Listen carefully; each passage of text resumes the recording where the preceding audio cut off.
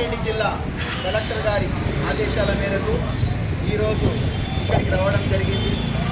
ఈ సందర్భంగా ఎక్కడ చూసినా కూడా డెంగ్యూ జ్వరాలు ప్రబలుతూ ఉన్నాయి. మరి చికెన్ గున్యా లాంటి జబ్బులు దోమల వల్ల అత్యధికంగా వ్యాపిస్తూ ఉన్నాయి. కాబట్టి ఈ సందర్భంగా ఒక చిన్న పాట. అమ్మో మరి శుభ్రత లేకుంటే కంటమో